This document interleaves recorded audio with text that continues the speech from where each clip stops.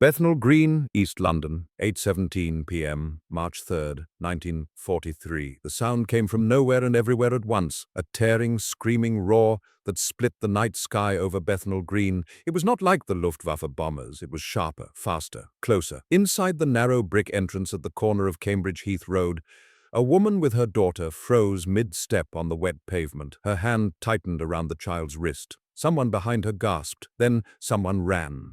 The entrance to Bethnal Green tube station was not a tube station at all, not yet. The tunnels below were unfinished. Raw concrete and steel meant someday to carry trains.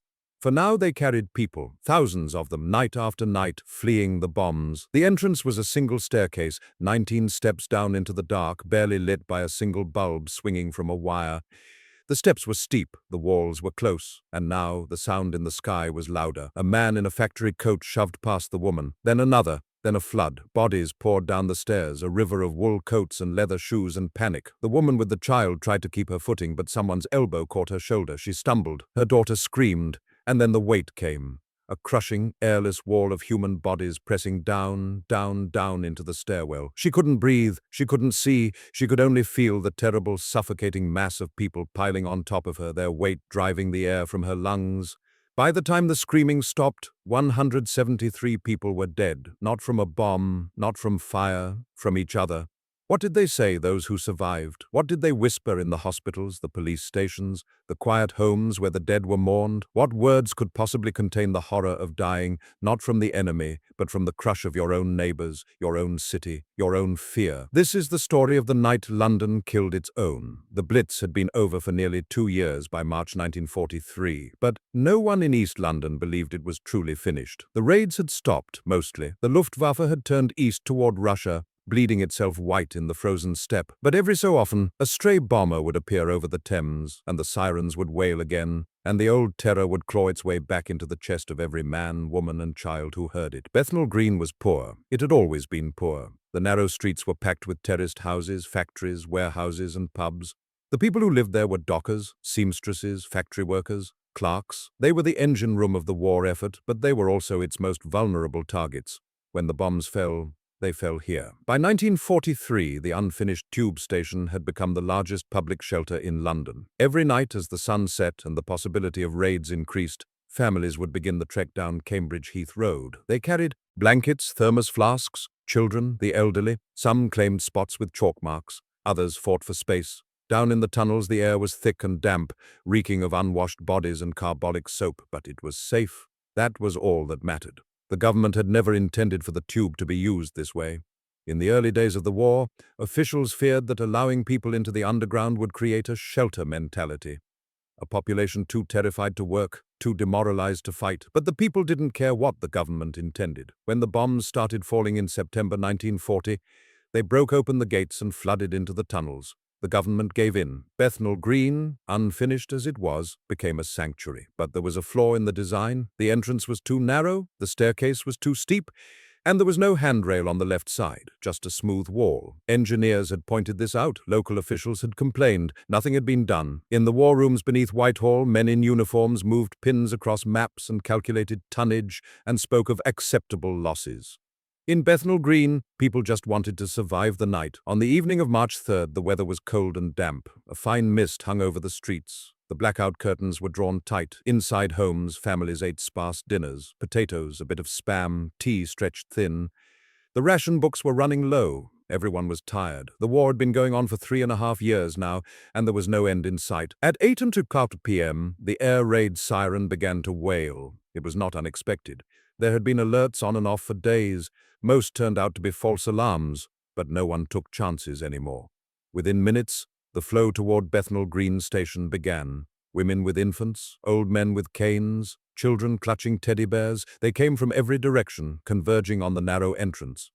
Inside the shelter, those who had already arrived were settling in for the night. A woman named Ada was spreading a blanket over the cold concrete. Her 2 boys were arguing over a comic book. Nearby, an elderly man was coughing, his lungs ruined by years in the factories. Someone was singing quietly as if afraid to disturb the weight of the earth pressing down above them. Up on the street, the crowd was growing. There was no panic yet, just the routine shuffle of bodies moving toward safety. The entrance was narrow, but people were patient. They had done this 100 times before, and then at 8:17 p.m., the new anti-aircraft rockets were fired from Victoria Park, less than half a mile away. The sound was unlike anything London had heard before. The Z battery, a new experimental rocket launcher, had been installed only days earlier. Its rockets screamed into the sky with a noise so loud, so sudden, so alien, that even hardened Blitz survivors flinched. To the people on Cambridge Heath Road, it sounded like the end of the world. Someone screamed, "They're here! The bombers are here!" And then everyone ran. The staircase was 19 steps. It was 5 feet wide. It dropped 10 feet straight down before turning sharply to the right. At the bottom, another 10 steps led into the shelter. There was a single handrail on the right side. Nothing on the left, just a smooth, damp wall. At 8:17 p.m., approximately 300 people were trying to descend those 19 steps at the same time. A woman near the front, her name was Alf Drayton, a bus conductor, had just reached the 7th step when she felt the pressure from behind. Not a push, a force. A wall of human weight. She tried to step down faster, but her foot slipped on the wet concrete. She fell forward, her hands reaching out, grasping nothing. Her body hit the steps, and the crowd behind her, unable to stop, unable to see, kept coming. An elderly woman named Mrs. Smith, 62 years old, was carrying a shopping bag with a loaf of bread and a tin of condensed milk. She felt herself lifted off her feet, her body pressed so tightly against the man in front of her that she couldn't move her arms. She tried to scream, but there was no air. Her ribs cracked, the shopping bag fell, the bread was crushed underfoot. A man named Harry tried to grab the handrail, but there were too many bodies between him and the rail. His arm was pinned to his side. He could feel his daughter's hand slipping from his grip. He shouted her name, "Emily!" But the sound was swallowed by the roar of the crowd. He never saw her again. At the bottom of the stairs, people were piling up like sandbags. Bodies on top of bodies, the living on top of the dying. A teenage boy named George found himself wedged sideways, his face pressed against the concrete, unable to move, unable to breathe. Above him, he could feel the weight increasing. He heard bones breaking, he heard a woman praying, he heard a child crying, and then the crying stopped. The crowd at the top of the stairs didn't know what was happening below. They only knew the sirens were wailing, the rockets were screaming, and the entrance to the shelter was right there, just a few steps away. They pushed, they shoved, they fought their way down, and with every step, the weight on the staircase grew heavier. Inside the shelter, people heard the commotion. Some tried to move toward the stairs to help. Others froze, unsure what to do. A young woman named Rose, a nurse at the local hospital, grabbed her coat and ran toward the entrance. When she reached the bottom of the stairs, she saw the pile. Arms, legs, faces, a tangle of human bodies so dense she couldn't tell where one person ended and another began. She screamed for help. A warden named Thomas Levy was on duty at the entrance. He had been directing people down the stairs, keeping the flow steady. When the panic started, he tried to stop it. He shouted, "Slow down, take your time." But his voice was drowned out by the screaming. He grabbed a man by the coat and pulled him back, but 2 more pushed past him. He saw a woman fall. He reached for her, but she was already gone, swept under by the tide. Levy ran back up to the street. He blew his whistle. He waved his arms. "Stop! Stop! The stairs are blocked." But the crowd didn't hear him, or they heard and didn't care. Fear had taken over. Logic was gone. There was only the animal instinct to survive. By 8:20 p.m., 3 minutes after it started, the stairs were completely blocked. The pressure was so great that the bodies at the bottom were being crushed into a solid mass. People were dying not from suffocation, but from mechanical asphyxiation, the weight of the crowd literally squeezing the air from their lungs. At 8:25 p.m., the all clear sounded. The sirens stopped. The rockets fell silent. There had been no bombers, no bombs, no attack, just the sound. When the rescuers finally cleared the entrance, the scene they found was beyond comprehension. Bodies were stacked 10 deep at the bottom of the stairs. Some were face down. Others were twisted at impossible angles. A child's shoe, a woman's handbag, a pair of spectacles crushed into the concrete. The smell was overwhelming. A mix of sweat, blood, and the sharp tang of urine from bladders released in death. A police sergeant named William Cook arrived at 8:30 p.m. He had been a constable during the Blitz, had pulled bodies from burning buildings, had seen more death than any man should, but this was different. It was worse than any bombing I'd ever seen, he would later tell investigators, because these people hadn't been killed by the enemy. They'd been killed by us. Survivors sat on the pavement, wrapped in blankets, their faces blank. Some were crying, others just stared. A woman named Margaret clutched her daughter, who had survived by sheer luck. She had been at the edge of the crowd, pressed against the wall instead of the stairs. Margaret couldn't speak. She just rocked back and forth, her hands trembling. Inside the shelter, nurses and volunteers worked frantically. They laid the dead out in rows on the platform. There were too many. They ran out of blankets. They ran out of space. A doctor named Henry Josephs moved from body to body, checking for signs of life. Most were already cold. A few were still warm, their eyes open, staring at nothing. He closed their eyes and moved on. The injured were taken to nearby hospitals. Bethnal Green Hospital, the London hospital in Whitechapel. Broken ribs, punctured lungs, crushed limbs. But most of the injuries were internal. Organs ruptured from the pressure. Hearts stopped from the shock. Many who survived the crush died hours later in the hospital beds, their bodies simply giving up. In the offices of the local council, officials scrambled to respond. Who was responsible? What had gone wrong? Why had there been no warning? The phone lines were jammed with frantic relatives. "Have you seen my mother? Where is my son? Please, just tell me if she's alive." At Scotland Yard, the commissioner read the initial reports with a growing sense of dread. 173 dead, 62 seriously injured, the worst civilian disaster of the war, worse than any single bombing raid, and it hadn't even been an attack. He picked up the phone and called the Home Office. "We have a problem." By dawn, the news had spread across London. Newspapers were already being censored. The government didn't want the Germans to know what had happened, didn't want them to realize that a simple sound could cause such devastation. The official story was vague. A serious incident occurred at a public shelter in East London. Casualties are reported. An investigation is underway. But in the pubs and shops and factories of Bethnal Green, people knew the truth. They knew because their neighbors were dead. They knew because their friends had been carried out on stretchers. They knew because the entrance to the shelter was sealed off and the bloodstains on the pavement hadn't been washed away. What did they say? What words could capture the betrayal, the anger, the crushing grief? "It wasn't the Germans," one woman told a reporter off the record. "It was us. We did this to ourselves." A man named Peter, who had lost his wife and 2 children, sat in his empty home and stared at the wall. "I don't understand," he said quietly. "There weren't even any bombs." In Parliament, the Minister of Home Security, Herbert Morrison, stood before the House of Commons and delivered a carefully worded statement. "A tragic accident occurred. We are conducting a full inquiry. Measures will be taken to prevent such incidents in the future." He did not mention the lack of handrails. He did not mention the narrow entrance. He did not mention the fact that engineers had warned about this exact scenario months earlier. The inquiry, when it finally began, was held in secret. The testimony was sealed. The conclusions were classified. The official report would not be released for decades. The government's reasoning was simple: morale. If the British people lost faith in the shelters, if they believed they were as dangerous as the bombs themselves, the entire civil defense system could collapse. But the people of Bethnal Green didn't need an official report to know what had happened. They had seen it, they had lived it, and they carried the weight of it every single day for the rest of their lives. In the weeks that followed, attendance at the shelter dropped sharply. People were afraid, not of the bombs but of the stairs. Some refused to go underground at all.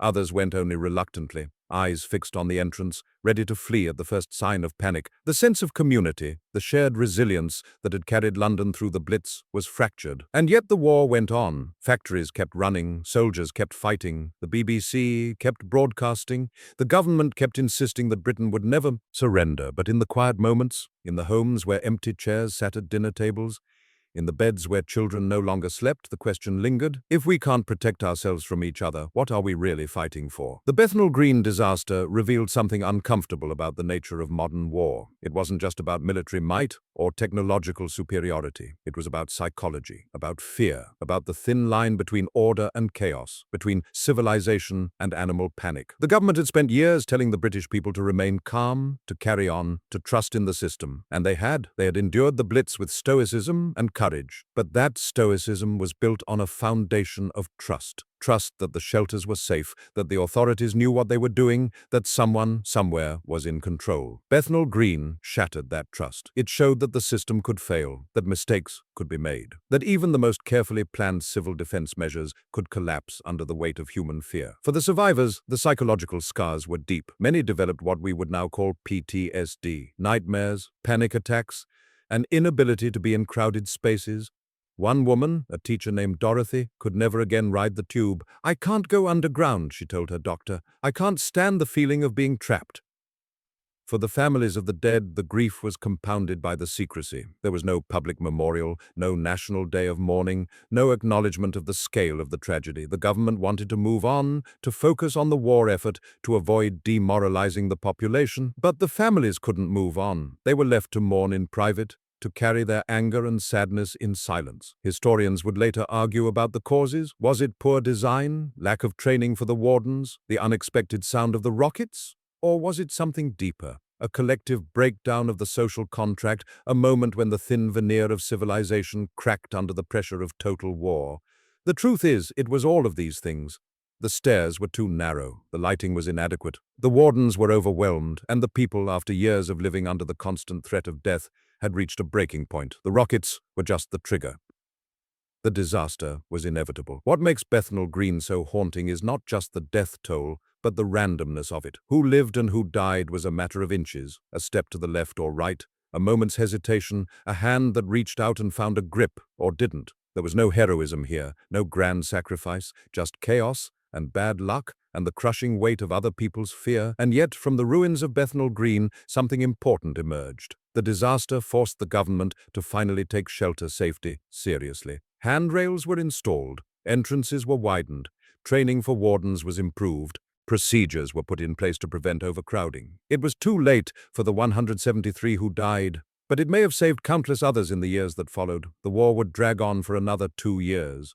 The bombs would fall again, V1s, V2s, new terrors from the sky, but there would never be another disaster like Bethnal Green. The system, such as it was, learned, adapted, improved, but the scars remained. In the collective memory of East London, March 3rd, 1943, is a date that still resonates, not because of the Germans, because of ourselves. In the years after the war, as London rebuilt and life slowly returned to something resembling normal, the survivors of Bethnal Green rarely spoke about what they had seen. It was too painful, too raw, and there was a sense, unspoken but deeply felt, that they had failed somehow, failed to keep calm, failed to stay in control, failed to protect each other. But that's not what happened. What happened at Bethnal Green was not a failure of courage. It was a failure of design, of planning, of recognition that people under extreme stress do not behave rationally. They panic, they run, they survive at any cost. And in the end, that's the most human thing of all. In 1993, 50 years after the disaster,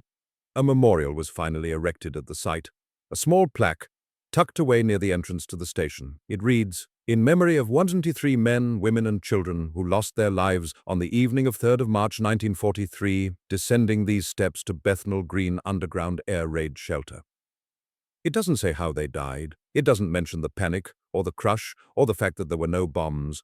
Just the simple, devastating fact they lost their lives. What did they say, those who survived? In the hospitals and police stations and quiet homes, some said nothing. The silence was its own kind of testimony. Others spoke in fragments. "I couldn't breathe. I couldn't move. I heard someone calling for help and I couldn't reach them." One man, an elderly survivor interviewed decades later, put it most simply, "We went down those stairs to be safe from the war. But the war found us anyway, not from above, from inside."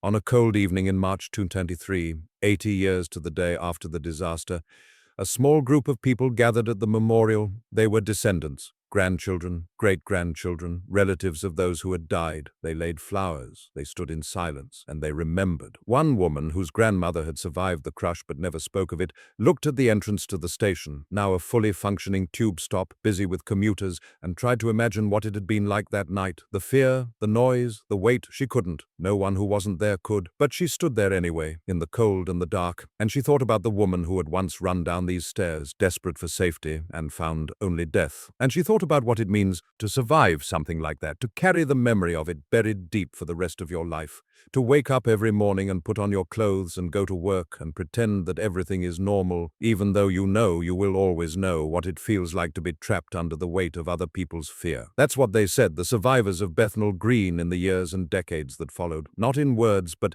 in the way they lived, in the pauses when asked about the war, in the nightmares they never mentioned, in the way they held their children a little tighter, or avoided crowds, or flinched at sudden noises. They said, "We were there, we survived, and we will never, ever forget." The entrance to Bethnal Green station still stands today, a busy hub of London transit. Thousands pass through it every day, most of them unaware of the ghosts beneath their feet. The stairs have been rebuilt, The lighting is bright. There are handrails on both sides now, but on quiet nights when the last train has pulled away and the station is empty, some say you can still hear it. The echo of footsteps on concrete, the sound of people running, desperate, terrified, and the terrible, crushing silence that follows.